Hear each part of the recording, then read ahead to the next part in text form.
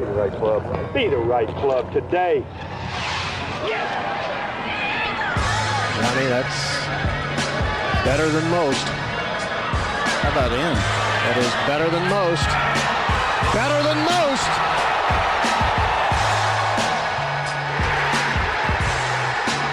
Expect anything different?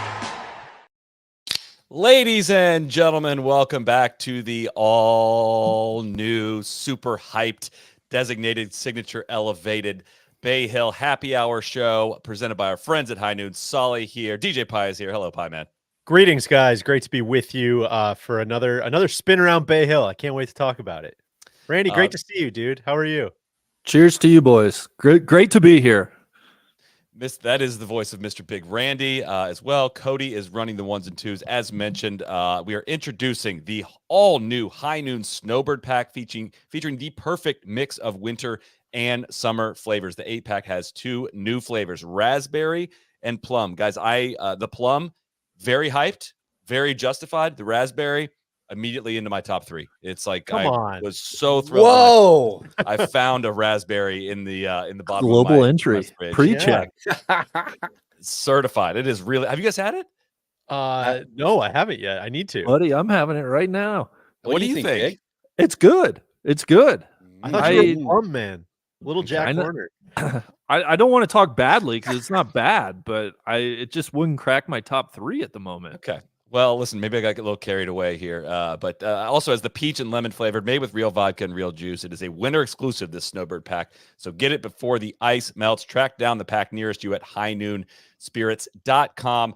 Also, of course, want to give a shout out to our friends at Roback. We are hoodied out, as we almost always are. You know Roback, best fit, best feel. They got restocks of our favorite polos, hoodies, and Q-zips. There is not better gear to be wearing when you're playing golf or just out and about. Fit, feel, quality, all of it's perfect. Just wildly comfortable. The performance hoodies, the fabric is so soft. I wear them all the time, mornings, daytime, afternoon, evenings, on the course, or just in everyday life. And the performance Q-zips are fantastic. Great classic look with soft performance fabric that makes them incredibly comfortable. Definition of versatile. They will have you feeling good and looking good. If you haven't already, load up on some Roback for both yourself or for others. Code NLU at roback.com for generous 20% off your first order through the end of this week. That's RHOBACK.com. 20% off bottoms, Q-zips, hoodies, and more with code NLU. Get ready for the golf season with Roback. 3 for 3 on the hoodies today. I love it. I got my officially licensed designated event, signature event, Roback hoodie on from the AT&T Pebble Beach Pro-Am. These guys have everything. Guys, I can't be the only one that's just feeling the energy right now. This signature event just feels different than every other week on tour. That's the big takeaway I have heading as we on the eve of the start of the Bay Hill Invitational. I'm sure you guys feel the same way. You know what? I'm not going there. I'm not letting them drag me down to that level, dude. That's exactly where I'm at. And I would never tell anybody else how to feel. If you feel that way, you're so absolutely justified in that feeling. The last 2-ish years of professional golf have been a disaster. If you want to check out, I completely understand that. Weirdly, Solly, I have a tinge of enthusiasm for this week. And I think some of that comes from Bay Hill, either accidentally or on purpose, kind of developing. I was thinking about it a little bit more today, kind of developing a little bit more of like an identity. And it has kind of separated itself a little bit from the Mr. Palmer Fest, though, of course, that will still exist. But I think what I think about when I think about Bay Hill over the last couple of years is just like a true carnage festival. They lose the greens. They grow up the rough like crazy. Guys like low key won't say it, but like kind of hate it, how like hard it gets. And of course, Randy, to me, I'm like, what have we been asking for? And so I'm not going to pour any water on this one. I'm actually excited to watch at least Sunday afternoon. Am I going to be locked in all day Thursday, Friday, Saturday? Probably not. Am I going to watch? You saved it at the end there. You flipped it at the bottom there a little bit there. Randy, where do you stand on that? I'm a lot more excited than I was 2 minutes ago. I'll tell you that. I think my guy absolutely nailed it. Just, going back to Tyrrell Hatton's win in 2020, where he was 4 under par, low scores, or I should say high scores. That always messes me up. Low iron, high iron. That, but difficult scoring conditions. Which, Deej, you're exactly right. If I call for him as much as I call for him, it would be disingenuous to not praise progress and to offer a heartfelt congratulations and thank you where it's deserved. And that's kind of what Bay Hill is now. And so I'm right there with you. I thought that was beautifully put. I just wish Bay Hill as a golf course just had like something interesting about it. That's just where I can't get all the way there. It just is like there's no juice with the course. That's where I kind of find, like, would I rather it play really difficult firm than soft? Like, of course, like I can't, flip on everything I say about every other week, but at the same time, like Bay Hill, not an architectural masterpiece. So the firmness and the setup doesn't bring out the best of it. Like, totally agree. Does it make it that much more interesting to watch, other than it being like almost so bad it's good? Like, is it kind of funny to just watch balls? I couldn't have said it better for that. Yeah, I think there's a spot for that. Yeah, I truly do. I mean, this golf course had maybe the most help of any golf course on the planet from one man. Like, Tiger Woods made this tournament worth watching and made it exciting. And then when Tiger got pulled away, I was kind of like, oh no, is this course a disaster? Like, I think it kind of is. And the rough keeps getting thicker, the greens keep getting firmer. And it's my least favorite kind of setup, though, is narrow fairways, thick rough, firm greens, where there's also thick rough around the greens. And when you get out of position, you just bang it onto the green and let it roll 2 feet over the green and chip back on.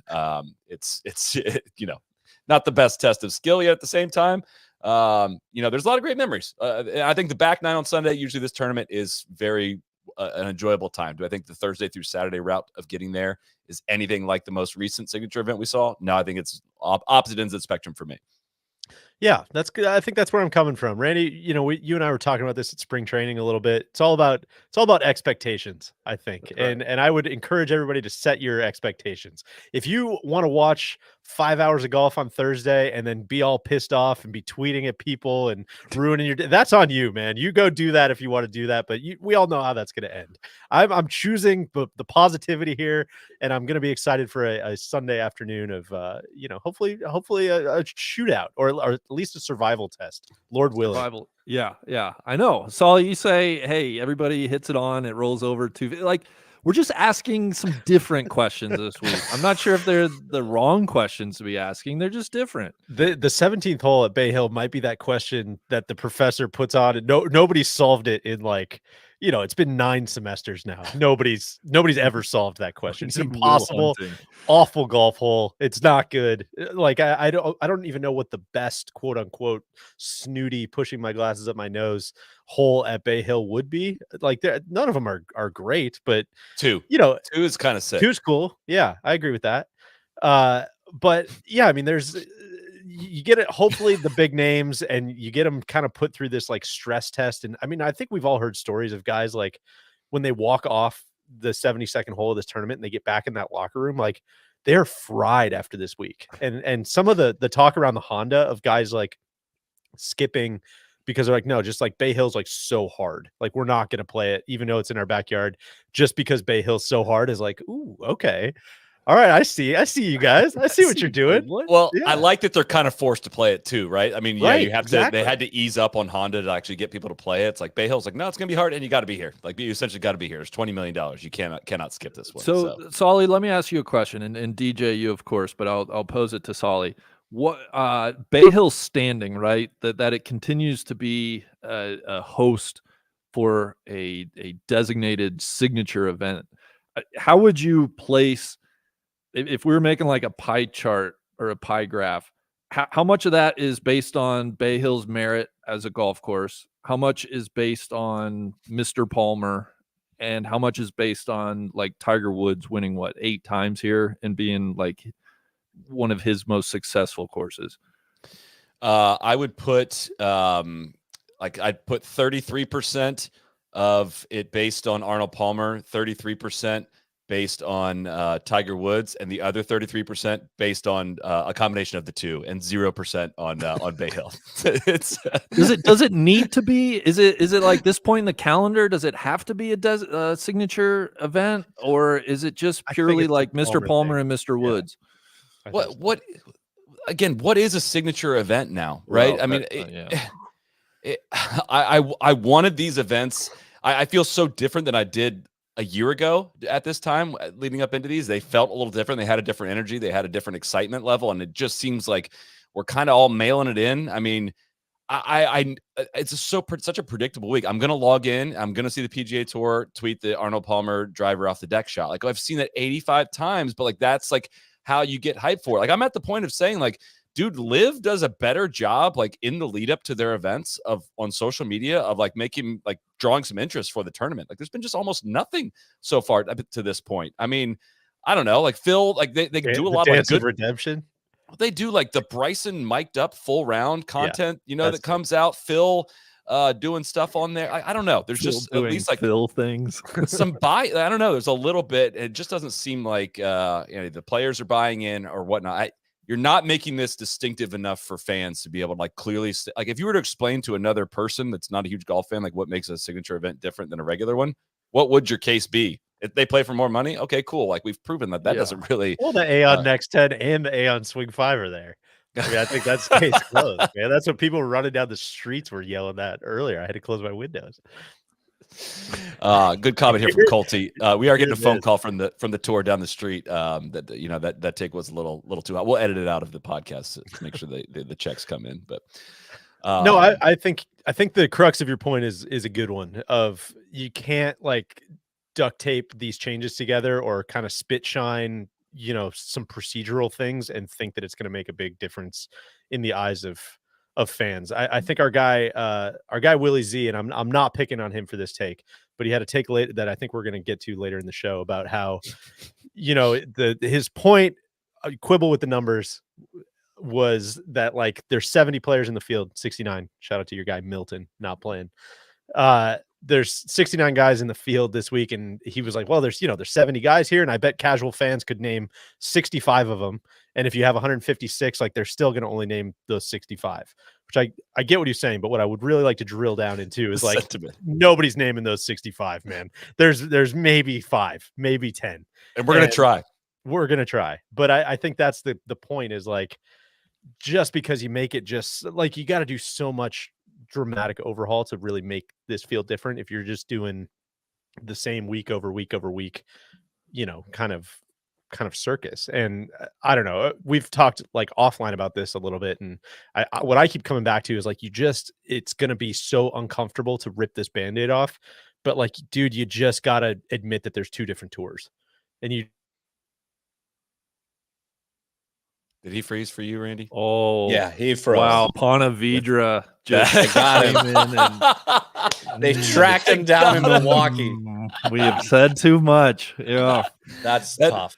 That is one of the hardest freezes I've ever seen. I believe the point he was getting ready to make was, that there's 2 tours, right? There's this elevated tour and the rest of the tour. But a problem within has been the PGA Tour, not talking live PGA Tour, but course. PGA Tour, separate categories here.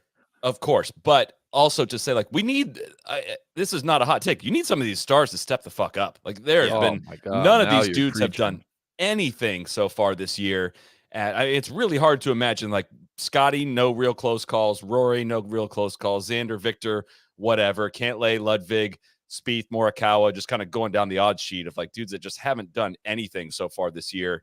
That can all change, right? If we get 2 guys, the whole point of these kind of trimmed fields is to try to increase the chances that a few of these guys are going to go head to head and give us a classic, back nine Sunday. Like that's the one thing we're holding out hope for this week. So, well, I will just piggyback on that and say, I totally hear the point DJ was making about the 2 tours, but where it loses a little bit of steam for me recently has been, Solly, just what you were saying, like the supposed stars that are on the PGA Tour aren't separating them, like they aren't doing anything. And so I'm like, are there really 2 like if there are, shouldn't these guys be like lifting and separating and showing that they are a clear cut or 2 above like the rest of this mule pack? And I don't see it. And so it's not a great situation. DJ Ty is reporting that he got kidnapped. I didn't hear his power went out. For those of you blaming AT&T, we are not putting the blame on AT&T for that one. But he can dial in from her phone. He got the service that we use, StreamYard, is very good for our guests now. They have a new app, so any guest can dial in whenever they want. Showing improvements here. That's good to know. This guy might win by 12 this week, though. If he's putting this into play, I've seen the images we saw on the putting green. He had a mallet putter. Scotty Scheffler finally trying the mallet after Rory put him on blast on live on an actual broadcast to say that he needed to try a putter, a different putter, or maybe try a mallet. And I don't know if he's putting it actually in play this week, but that just something to watch there because this course obviously fits him. He's won here. It is going to be it's ball hitters only this week. From the reports we've heard, the rough is up as thick as ever, and the greens are wildly firm. Like it is truly a ball strikers only kind of situation, which makes me think we are going to get a big winner this week. Which is great. I think that's what we have all been waiting for, begging for is Scotty, like, let's just try something different. The status quo has not been working. So kudos for him. We'll be keen to see if he's gaming that come tomorrow. Odds sheet, Scotty Scheffler, the favorite, plus 700. Rory's at plus 900. Xander and Victor sharing at plus 1,600. We have Cantlay and Ludwig at plus 1,800. Ludwig gets a lot of respect in the odds, if I may say. Spieth, Morikawa, plus 2,200. Cam Young, Tommy Ladd, Sam Burns, plus 2,500. Max Homa and JT plus 2,800. If I'm Sam Burns, actually, I'm a little bit upset about being plus 2,500 with Cam Young and Tommy, who have not won on the PGA Tour. And Sam Burns has won a lot, right? I know you're thinking that, Randy. I just wanted to get that in there. No, for you. For sure. Yeah. Thank you.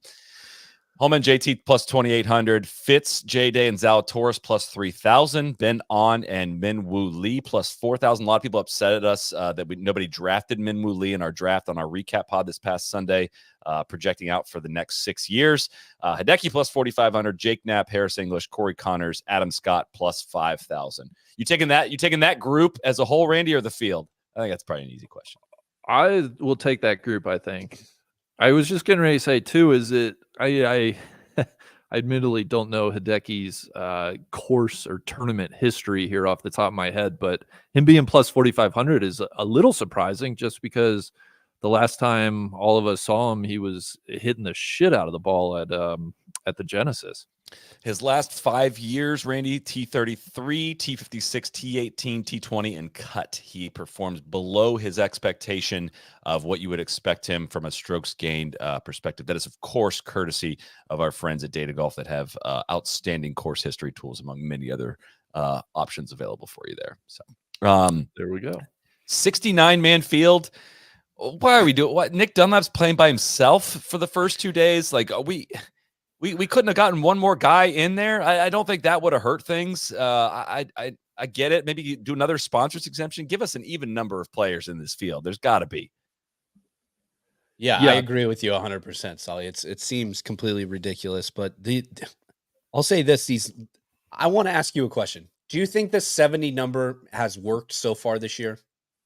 Like, are you still dead set on that? These limited field events, no cuts. I understand this one has a cut, just like Tigers does, just like Jax is gonna. But are you still dead set on this? Because 70 feels like too little still.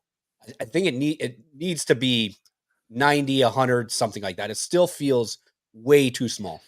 Twosomes, whatever you can do, twosomes off the first tee, right? To start, or everybody tee off the first tee. I don't know if it's twosome. It is twosomes. Yeah, the first couple of days off the first tee. That helps so much for Thursday, Friday. It really does. Between everyone on the field's got to start on one of the other sides throughout it. Like that really did add to Genesis, I thought. And the way Genesis flowed, I thought was great. I mean, they had more than 70 guys in it, but a cut of, whatever it is, top 50 plus everyone within 10 shots. I forget exactly what it is. That's exactly how I think these things should be. I was not a fan of no cut. I mean, if you're playing horrible, like truly way, way off the pace, and you're not in the top 50 out of 70 guys going into the weekend, like send them packing. That's totally fine.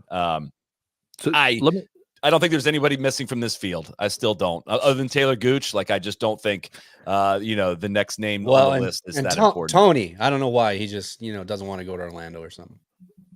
It's too tough. The golf course is too tough. Hey guys, I just wanted to clarify what I was saying on the way out, which is that the system's fine. I don't know why anybody's complaining about it. No, sorry, we had an electrician showed up a month early. He's like, I marked the wrong. He's like, we're supposed to get work done like a month later. I was like, all right, you're not gonna like cut the power, right? He's like, no, definitely not.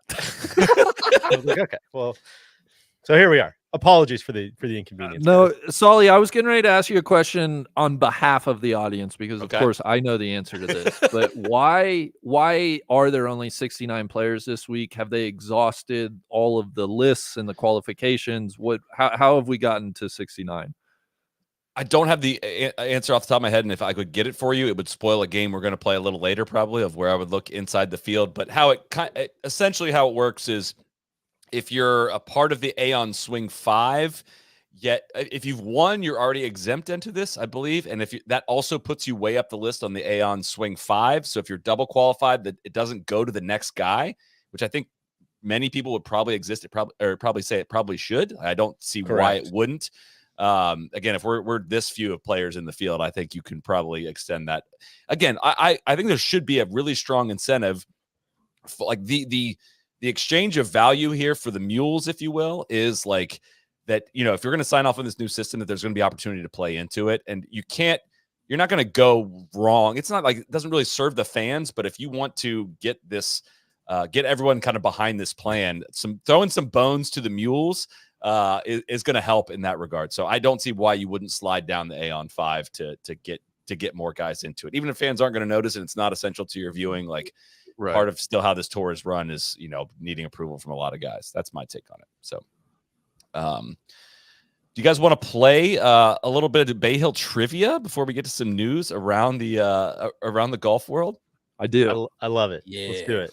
Before we do that, this episode is brought to you by Season 2 of Netflix's hit series, Full Swing. 2023 was yet again a year unlike any other in the world of professional golf, and the Full Swing cameras were there to capture it all. From a controversial and divisive agreement between the PGA Tour and the PIF to the selection of the Ryder Cup teams face-off between U.S. and Europe at Marco Simone, Full Swing takes you inside the locker rooms, meeting rooms, and family rooms where it happened. We've seen the results on the course.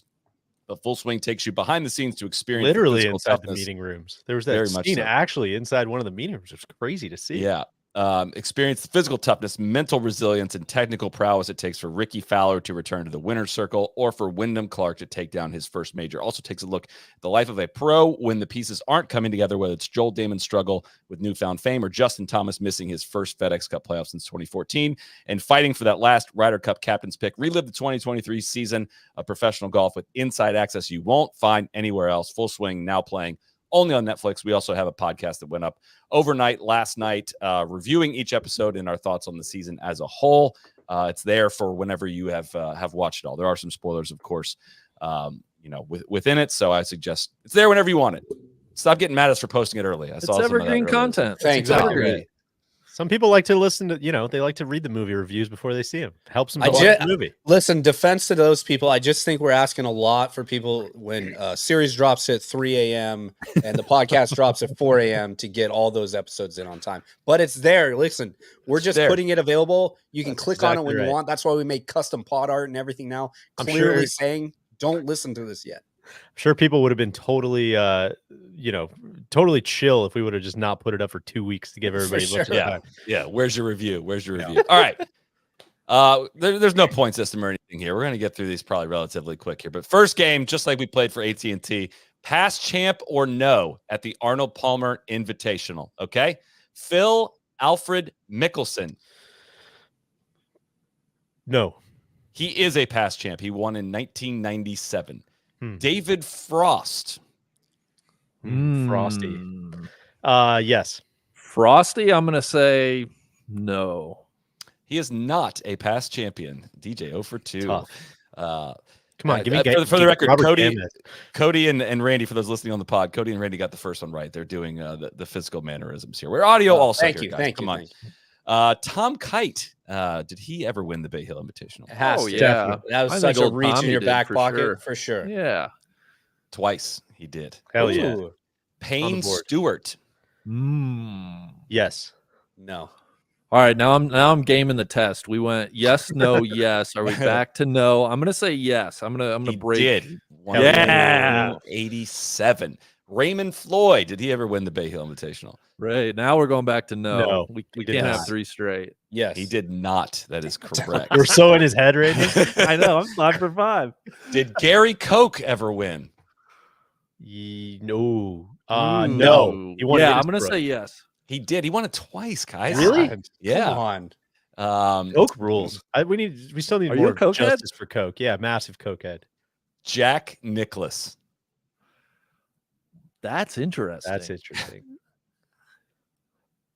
Hmm. I'm gonna say Surely he would have won at one point. no. I'm gonna say yes. I'm gonna say the time didn't work out.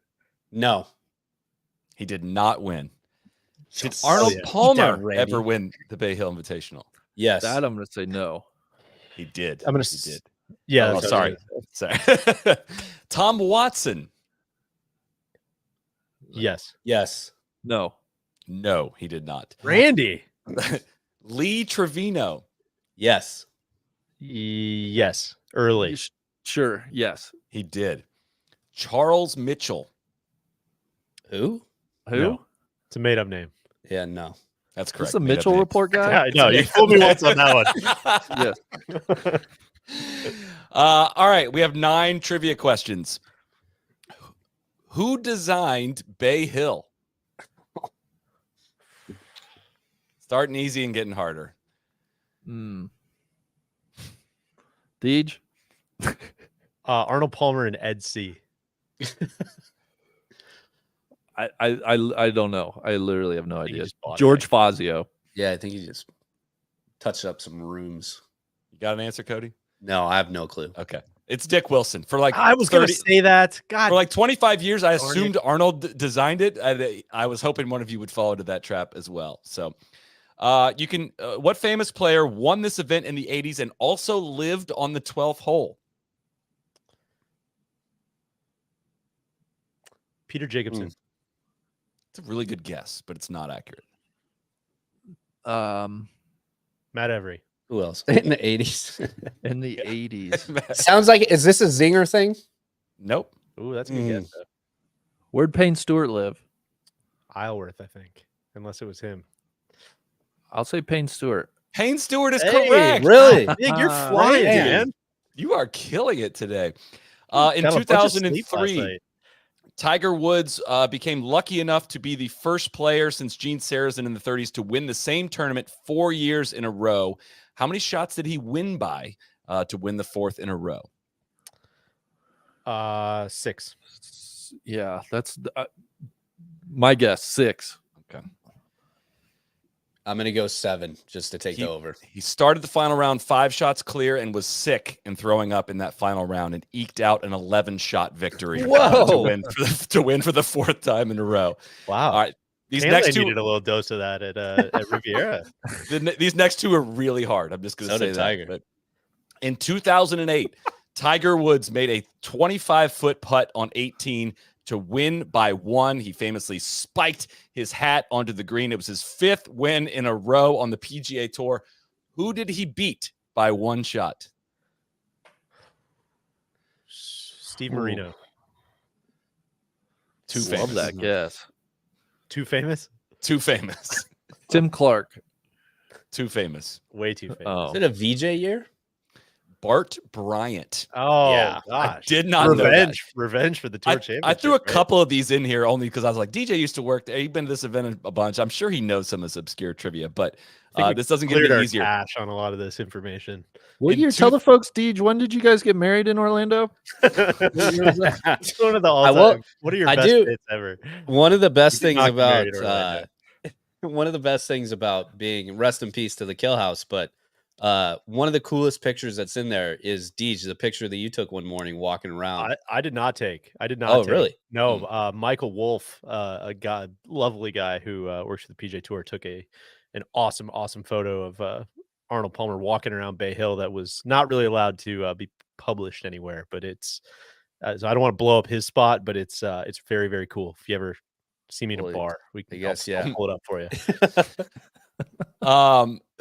In 2009, Tiger made another 25-footer, this time in the dark, to win by 1 shot again at Bay Hill. Who was the runner-up that year? Was that Phil?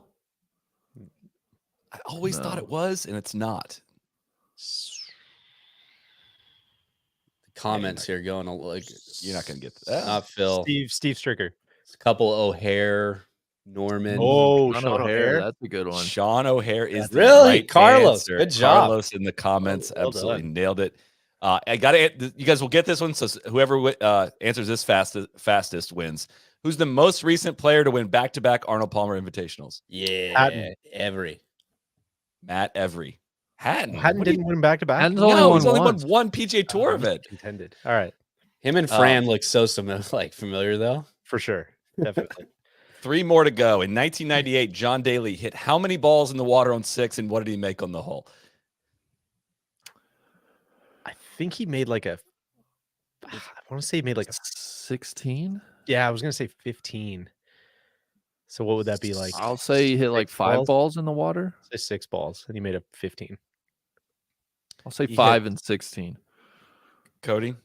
I think it was higher than that. I want to say 18, but I don't know how many balls that would be. I'll go 5 and 18. 6 and 18 is the answer. Oh, Cody, I see some of you guys. Your strategy here is kind of waiting for the comments to start. Well, of filling course. in Yeah, a look little at bit. it.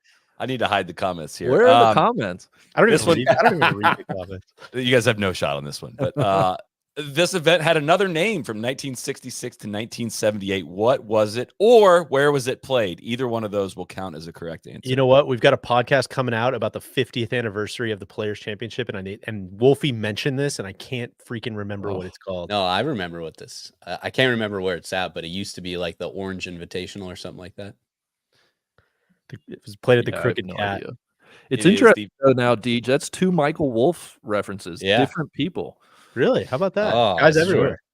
I see. It is the Florida Citrus Open Invitational. So I still don't know what an Open Invitational is, but Sounds like the that was- NIT. that was played at Rio Pinar Country Club, and Gary Koch is the only one to have won it there and at Bay Hill. So that is That all- record will probably never be broken. easiest Rio one of Pinar them all. We'll finish weird. on a layup here. How many times has Tiger won at Bay Hill? 8. Yep. 8. Wrong. 9 times Tiger won the U.S. Junior. Oh, top of come winning the Bay Hill on. Invitational. Come on. Come on, No, guys. thank Flag you. that away. I don't know if That's people good like. stuff. I don't know if people like the trivia or not, but I love always it. I have love it. fun I'm with it. weirdly bad at it. I would have thought I would have been better at some of these. All right. We do you guys have a pick for this week? I feel like that's kind of got to be a part of our happy hour previews. You have to lock in one pick to win. I'm gonna. You're taking Cantlay. I'm gonna take Scotty. Good picks. I'm going with Mr. Rory McIlroy. I think this is when he turns it around here. And runner-up last year. William Zalatoris is going to win this week. Love that. Ball hitters only. That is my pick. We wrapped up our Sunday pod a little. We did it on Sunday night and did not get a chance to give a shout out to Austin Eckroat for winning the Cognizant Classic. He's making a fast rise up the rankings, I guess you will, in the golf world on the PGA Tour. I'm going to give a shout out to him. Liv is giving up, withdrawing their application for OWGR status. I am back when I was single, I could make this joke, but you can't anymore. I've withdrawn my status on asking out. Insert hot actress out here as well. Here, You can't fire me. I quit. Yeah, Situation. after getting rejected already, they have now withdrawn. After the status. seeing Bryson's appearance on the Fairway to Heaven podcast, we've withdrawn our application. See how stupid this is making us look, and we're good actually. You know, I do. The one thing that jumped into my mind because one of our good friends on the LPGA side, Grant Boone, we were just talking about this last week together, is that the Olympics use OWGR as their baseline. And I think further on down the line, that is going to have some big implications as Liv withdraws their bid for this over them getting into majors and everything else. That's a good point. I had not thought about that. I mean, is something going to get resolved here or not? This could be all over within the month, anyways. So. Well, I don't know. obviously, Sully, my follow-up to that would be, if this is going to be all over, then why did they have Weirzy saying yesterday or 2 days ago that Liv players are not playing in the President's Cup that's going to take place later this fall? I mean, they're not going to be bringing Liv guys back into the PGA Tour this year. Anyway, if it gets resolved or not, it's not going to be this year. It would be my expectation, right? So that would change nothing for this fall. Okay. It just sounded like it would be an easy time to be like, yeah, we're trying to figure some stuff out here and continue to work towards this overall resolution that things are supposed to be continuing on. And it just doesn't sound any of that at all. We haven't heard any of that from anyone in the boy. We haven't heard from Jay in forever. I mean, next week's presser is going to be interesting. Yeah, it's going to be. I don't think we're going to get a lot of answers there either, but it will be interesting either way.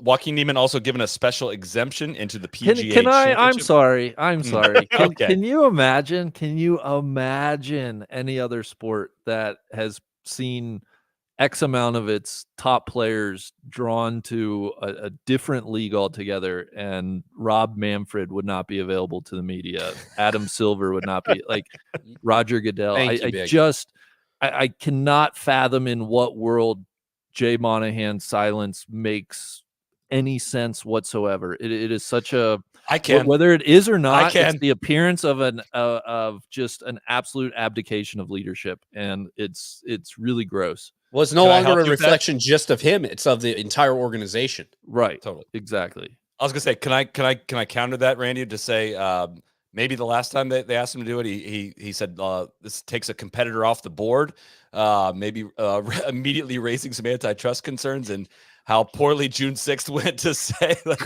yeah, maybe we're better off not saying anything right now. I'm with you big on, like, it can't be overstated how, when we look back at all this stuff, these aren't serious people. 15 years from now, like, how much of a bullet sponge they've turned Rory into, and all. And honestly, I mean, we talked about Full Swing a little bit earlier, and we did a whole podcast about it. Not spoiling anything, but like, you can see that all over Rory throughout the entire season, of just like what it looks like and feels like to just constantly be the guy that everybody's asking for an opinion on all of this stuff, instead of the guy who gets paid to answer the questions. Well, it's kind of like the sports washing question on the live side. Like, if there was a good answer for this stuff, we would have heard it by now, but there's not one, right? So, what's he gonna say? Like, yeah, here's the state of our negotiations with PIF. Like, we're stonewalling on this so we can win this part of the battle. Like, no, that's not what's gonna happen. And I don't know. I don't know what the update would be at this point, other than like when you were asking for him to speak last year, when he went, or 2 years ago now at this point, at the Canadian Open, and he went on TV and used the 9/11 families. Like, that didn't go very well either. It just becomes this thing of like, yeah, I don't know.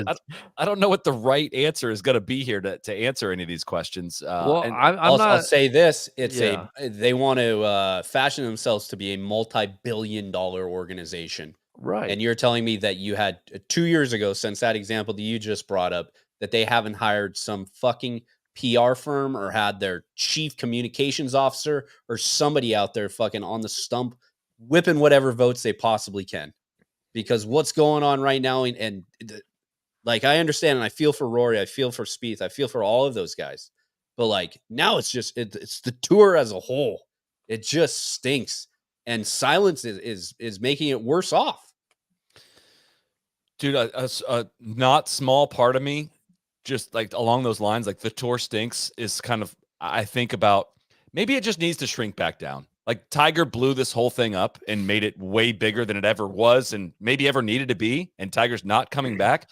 Maybe it should shrink back down. Like, maybe maybe we can't pretend that it's going to just continue to go up and up and up forever. We had not even a once in a generation talent, a once in a history of the sport talent kind of buoy things and blow it all out of proportion. They were not ready for that growth.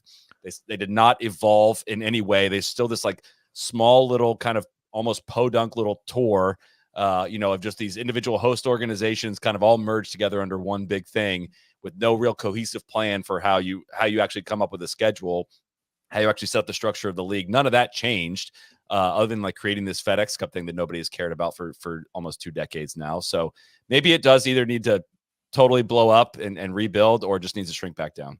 That's kind of where I'm at. I thought Jeff Shackelford, friend of the program, had a really good piece in Links Magazine, I believe it was. I sent out a link to it on X. the website formerly known as Twitter.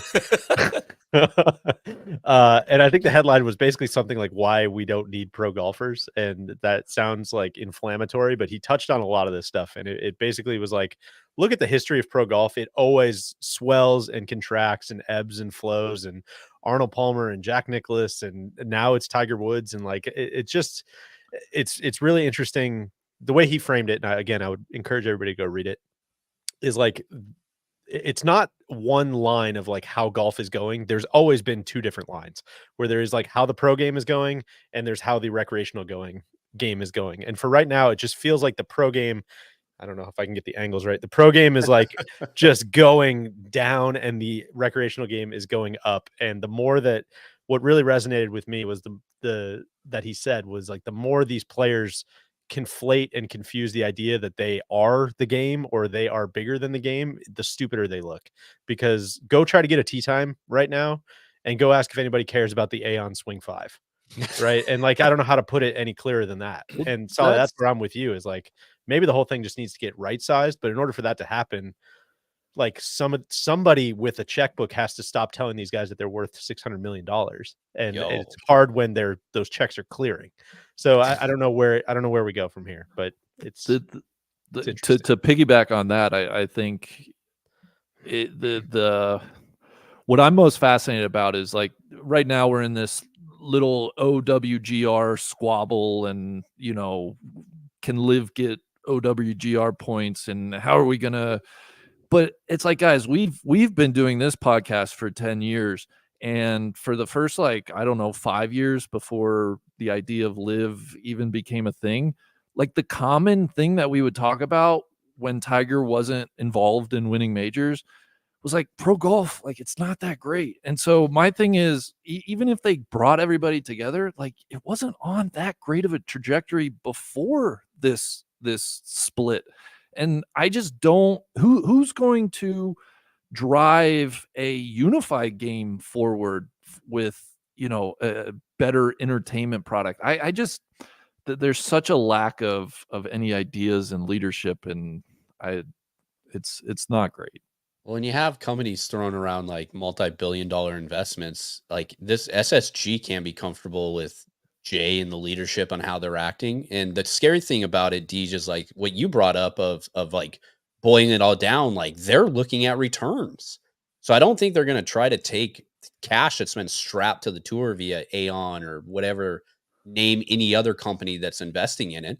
What I'd say is hopefully they turn to like the tour headquarters and the hundreds of people that are there that aren't doing anything that we're talking about right now, and get rid of them.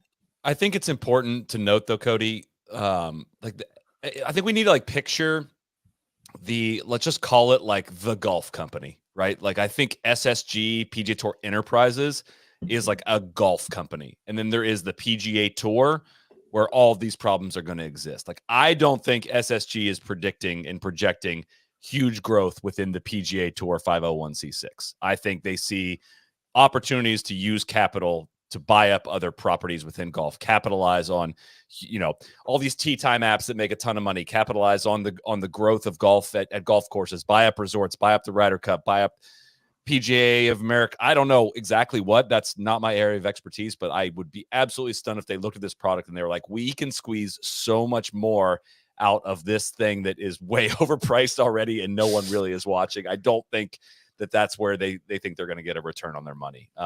Yeah, I think it's almost more like optimizing what that is and using that as the vehicle to go acquire all this other stuff, right? Because it still is like the biggest gorilla in the room. Doesn't necessarily mean like the gorilla needs to get that much bigger. It just means that that's like your way in on all these other things, which again is like super uplifting, like really like heartwarming stuff as well. Of just, we're going to kind of, just optimize the business of the game. That I think is going to make, the Bay Hill Invitational, what was it? The Citrus Open Invitational. It's going to make that just like so much more interesting, I'm sure. But, and this is an anecdotal note I have, and it's a case of one here, but I want to point out like the lasting impact of this. I'm just going to call it strike season. Like we're going to be in like a 4 or 5 year period where pro golf is really shitty. We're 2 years into it. It's probably going to last like another 3. Like if this would have happened when I was, in a younger person, like part of the reason I'm a huge golf fan, a huge part of the reason why this is like my career now, a huge part of the reason why I play so much golf and like have a passion for it, is there was a PGA Tour event 5 minutes from my house growing up, and it was like the best week of the year to go out there and follow Justin Leonard around. I was a huge Justin Leonard fan. I don't really know why, but like that was like, Tiger Woods came, and like, dude, I battled those crowds when I was a kid, and like that made me a huge golf fan, right? There was an energy around it. It was awesome. And that has a lasting impact on my life. Like we're seeing like this like earthquake is happening right now. And like the downstream impacts of all of that is not felt yet. If you're talking about this link between the pro game and there is a trickle down effect of the pro game. When you watch it on television, you're going to, be more incentivized. I can watch an hour of golf on TV and I want to go play. Like that's the connection that we have with the pro game, and like the damage being done to it, I think can damage the game of golf as a whole. We don't know how yet, but I think that is going to exist. Anyways, I think that's extremely well said. Totally agree. Yeah.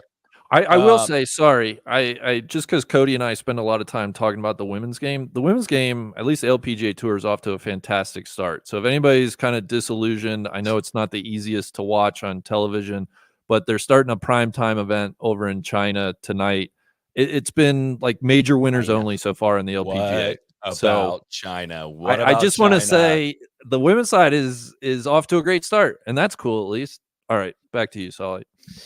A couple other notes I had. Paul Azinger let it fly in an interview with Adam Schupak. We don't need to do all of it. A lot of people a little overreacted to this. I mean, he made the point that like the best players are not playing the PGA Tour. The best players aren't all playing the PGA Tour anymore, which I think was like, oh, well, can't wait to see what they're going to say about this. Like, yeah, I think we've been saying that. And I mean, the big takeaway, I mean, he goes into details about his negotiation and how basically NBC pretty much sounds like they did him pretty dirty of saying, they tried to counter offer when they made him an offer, and they just said, well, they pulled the plug on it almost immediately. There was no negotiation. The kind of big takeaway from at the end was just, it said, well, there was no plan going forward except to make the broadcast less expensive. I think they're going to settle on whatever is less expensive. Everything since I got there was just budget cut after budget cut. Everything was to make the broadcast cost less money. We went from having towers to all in the same booth. We eliminated a couple drones. Occasionally you lose the airplane or the blimp, and then you lose the speed shots. That one big camera that covers the ball, from tee as it flies over the water. They're going to pour all their money into the players. Fuck yeah. So yeah, just good job by everyone involved. I need to pull my charts back out again and show the directions these two lines are going, because that seems like it's just getting better for all the right people. Comcast NBC continuing just to hold so much of golf hostage with the rights. It's so cool. It's also so like cool. If I may, don't have a ton of dealing with Zinger, have met him a couple times. He's the best. And I reading this, my big takeaway was like, man, it sounds like they just treated him like shit. Yeah. And that's the part that's like, you could say whatever you want about like his analysis, maybe you didn't like him, whatever. But like the way that it was handled sounds awful. And if any of that is like 10% true, then like, I don't know, that is like, you thought the broadcast was shitty. Like that's another like just kind of sprinkling of, just badness to add to the whole situation. Can't be treating Zinger like that. He's a good dude. It seems like he really treats people the right way. I'm glad you said that, because we met. God, where did we run into him? Was that in Branson? I think. Yeah, we randomly. Great dude in person. I'm not sure. He was never really my cup of tea. Never did anything in the broadcast booth for me. But I echo what you say. And at a certain point, like this is way too. I love Zinger. Was not a huge fan of his commentary on NBC, but at a certain point, I don't know what the balance is. I don't know where to place the blame, but it sounds like a pretty tough environment to work in. It does. It sounds like a tough environment to succeed in. And it just he had a couple other quotes in there about things that he said on there that they didn't like, and it just he never seemed sure of himself at NBC. Like I always loved his commentary on Fox, and it is different doing it 1 week a year versus every week, and I get that. And I think you juxtapose some of that with, I think we've all had dealings on the CBS side with running into over the past couple of years to Trevor and to Colt and to Amanda and to all of those people who are just like, man, things are like really awesome on our side. And it really comes through on the telecast. And it just, it seems like the whole thing is like a very systemic issue. Yeah. All right, our goal is to keep these under an hour. And we have a final game that we need to play. We're going to play the Willie Z game. We're gonna do it Stump the Schwab style. Oh God, that probably is really gonna be so bad. really dating me. But Stump the Schwab game used to go around in a circle, kind of for certain categories, like name all FedEx Cup winners, and as soon as you name one that's wrong, you're out. So Cody's the only one that has the field list. I'm gonna keep my hands up here, no clicking around or anything like that. And we're gonna all go around in a circle and name players until we name somebody that's not in the field or cannot name any more players. All right, who wants to start? I'll start. All right, Big. Kurt Kitayama. Correct. Well done. Scotty Scheffler. Correct. Roy McIlroy. Correct. Also, if you repeat a name, you're out. You're out. Yeah. God, I panicked right there. Justin Thomas. Barely. Yes. Victor Hovland. Jordan Yes. Spliff. Yes. Hideki Matsuyama. Okay. Max Homa. Yep. Patrick Cantlay. Yep. Jake Knapp. Mm. Very Ooh, good. That was Big's dipping into his reserves. Xander Schauffele. Yes. Matt Fitzpatrick. Yes. Nick Taylor. Yes. Thomas Kim. Yes. Ludwig Oberg. Yes. Oh God. Just like name a golfer. Austin Eckroat. Okay. Tommy Fleetwood. Oh, Very good. Adam Scott. Yes.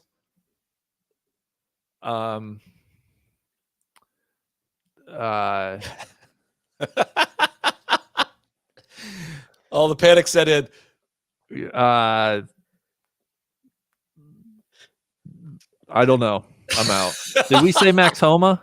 We Yeah, did. we Yes. did. We did. Okay. We got that. It sucks, Big. Bring him up. Big's out. DJ and Solly remain. I don't haven't been remember. listening- I haven't been I listening don't remember close what enough. I said last time. No, I know. Mathieu Pavon. Very good. Let him cook. Minwoo Lee. Yeah. Grayson Murray. Very good. Sam Burns. Yes. Chris Kirk. Yeah, he won. He's He won, anyone. he won the What? first one. Webb Simpson. Yes. Scummy. Brian Harmon. Yes. Jason Day. Yes. From the Aeon Swing 5, Justin Lauer. Wow. Yes. I seriously have not been paying enough attention to what's been Former said. young hitter, always a young hitter. Harris English. H.E.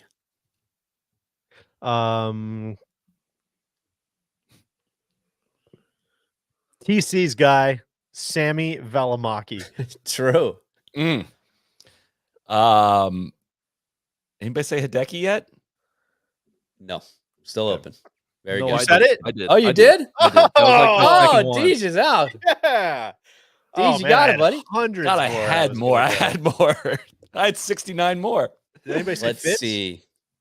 I said Fitz. Yes. You You did? did. Okay, well, good. I wouldn't have said that. I was saving Ben Fitz on. Ward, our Walker Cup guy, Big, got an exemption this week. Oh, Do you guys think that Adam Dunlap. Svensson is playing in the API or the Puerto Rico Invitational? Puerto Rico. Adam Svensson is, I think, playing in the API. I think he was API. one of the last like top 50 guys. Very, not know very good. Patrick Rogers, Puerto Rico API. PR. He's got to be PR. API. API. I mean, it's the only field I have in front of me. So. That is why I'm saying we don't need 10 more guys in the field right now, Cody. True. No True. disrespect, of course, to anyone, but that is probably why. All right, last thing. Who's going to finish dead last? Who's your pick to finish just absolutely dead last this week? Gamez in the field? What's that? Unfortunately, Robert no. Gamez in the field?